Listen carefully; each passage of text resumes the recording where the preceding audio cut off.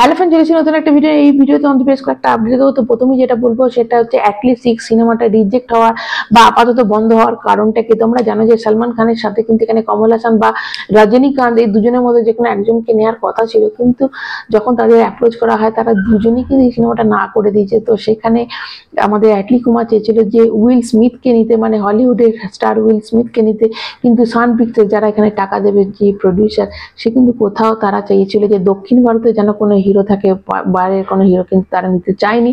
সেই জন্য কিন্তু এই গোটা অ্যাটলি 6 প্রজেক্টটাই আপাতত স্থগিত হয়ে গেছে। তার জায়গায় অ্যাটলি কুমার তোমাদের বাকি বলেছে যে অবশ্যই আল্লু অর্জুনকে নিয়ে সিনেমা করছে, যে সিনেমাটা কিন্তু খুব এই 2025 সালে কিন্তু খুব তাড়াতাড়ি স্টার্ট হয়ে যাবে।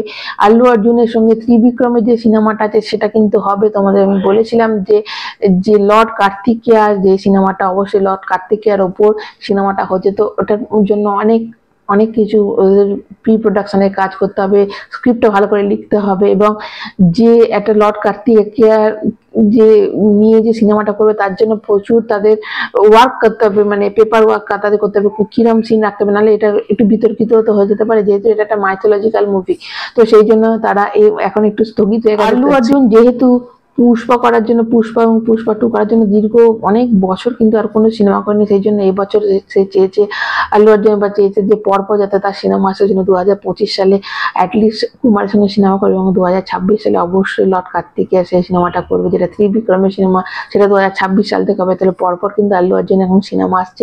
নেক্সট আমাদের যে আপডেটটা দেবো সেটা হচ্ছে দৃশ্যম 3 যে সিনেমাটা, অবশ্যই সেটা হচ্ছে, এবং সেটা নিয়ে তারা মেকার্সরা পোস্ট দিয়েছে যে সিনেমাটা হচ্ছে, এবং এটা হিন্দি এবং দক্ষিণ ভারতের তেলেগু দুটো ল্যাঙ্গুয়েজে কিন্তু একসাথে শুটিং হবে এবং একই দিনে রিলিজ হবে, এরমটা কিন্তু তারা জানে। যে আপডেটটা সেটা হচ্ছে সিকান্দার থেকে আসছে। সিকান্দারের রশ্মিকা মান্দানার যেহেতু পায়ে চোট লেগেছিল, তো শুটিংটা কিছুদিন বন্ধ ছিল। তো রাজকোটে কিন্তু খুব তাড়াতাড়ি বাকি যে একটা গানের প্রশ্ন আছে সেটা শুট করার পর তার পুরোপুরি প্যাক আপ হয়ে যাবে। এবং তোমরা জানো যে যেদিন শুটিং হচ্ছে সেদিনই কিন্তু একদম এডিটিং টেবিলে গিয়ে এডিটও হয়ে যাচ্ছে, যাতে সিনেমাটা খুব তাড়াতাড়ি তো রিলিজ আছে।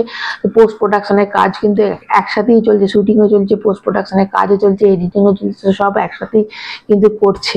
তোমাদের যে আপডেটটা দেবো সেটা NTR 31 নিয়ে আছে, যেটা প্রশান্ত নীল এবং NTR। তোমরা জানো যে প্রায় মোটামুটি শুটিংটা প্রায় শেষ হয়ে এসেছে ওয়ার্ড 2 এর, ওই জন্য কাজ কিন্তু শুরু হয়ে গেছে NTR 31, এবং শোনা যাচ্ছে 360 কোটি মানে বাজেটের এই সিনেমাটা হচ্ছে, এবং শুটিং কিন্তু খুব মানে স্টার্ট অলরেডি হয়ে গেছে, এবং ওখানে কিন্তু এবার যোগ দেবে NTR।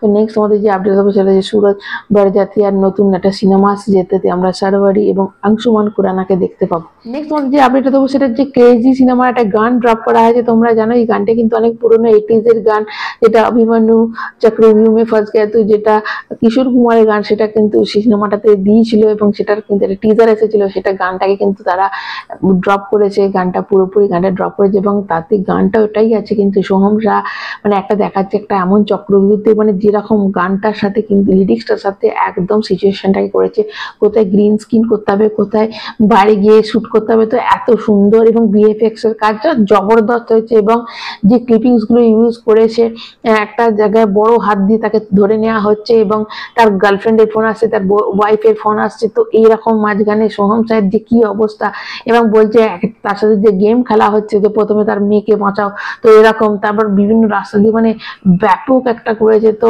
মানে সিনেমাটা যে কি মারাত্মক হতে চলেছে সেটা তো বুঝতেই পারছি। দেখো যেরকম থাম্বাট হয়েছিল সেরকমই কিন্তু এই সিনেমাটা হতে চলেছে। অবশ্যই এই সিনেমাটার জন্য প্রচন্ড এক্সাইটমেন্ট বেড়ে গেছে। 28শে ফেব্রুয়ারি কিন্তু সিনেমাটা রিলিজ করবে।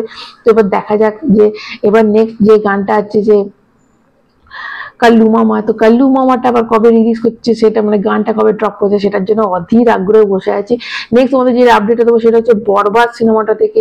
বরবাদ সিনেমাটা কিন্তু ইন্ডিয়াতে 28 তারিখে কিন্তু রিলিজ করবে, এরকমটাই শোনা যাচ্ছে। তো যে আপডেটটা দেবো সেটা হচ্ছে লুটেরা থেকে আছে। লুটেরা সিনেমাটা রিলিজ করছে। তো সিনেমাটা একটা খুব খুব ভালো একটা সিনেমা ছিল, রণবীর সিং এর সিনেমাটা, এবং ওতে সোনাক্ষী সিনহা ছিল। তো সেই সিনেমাটা আবার রিলিজ করছে। এবার দেখা যাক এই সিনেমাটা, দেখো এই বছর বা গত বছর থেকে কিন্তু রিলিজের সিনেমা প্রচুর হচ্ছে, এবং সেই সিনেমাগুলো বক্স অফিস ভালো কালেকশন হচ্ছে।